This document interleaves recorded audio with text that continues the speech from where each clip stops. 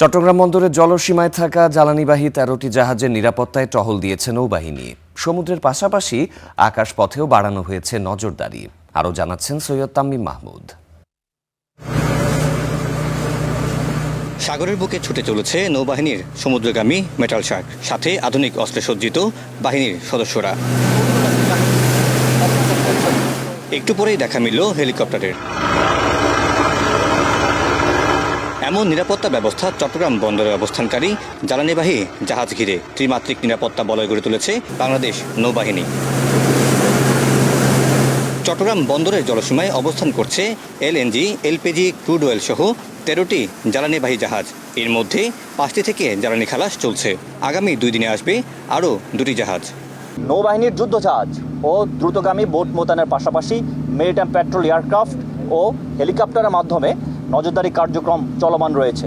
5+ star rating প্রাপ্ত দেশের সর্বোচ্চ বিদ্যুৎ সাশ্রয়ী ওয়ালটন এসি স্মার্ট কমফোর্ট এখন নেক্সট লেভেলে।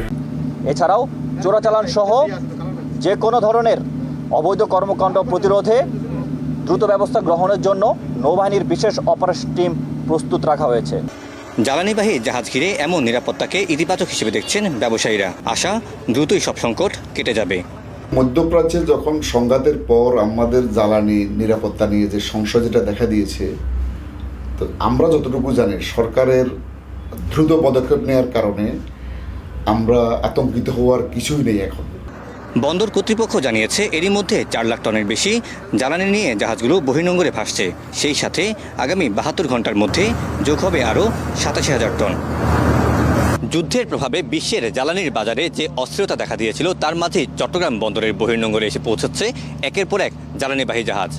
এতে দেশের বাজারে অস্থিরতা যেমন কমছে, তেমনি সংকটের যে আশঙ্কা করা হচ্ছিল তাও দ্রুত সময়ের মধ্যে কেটে যাবে বলে মনে করছেন সংশ্লিষ্টরা।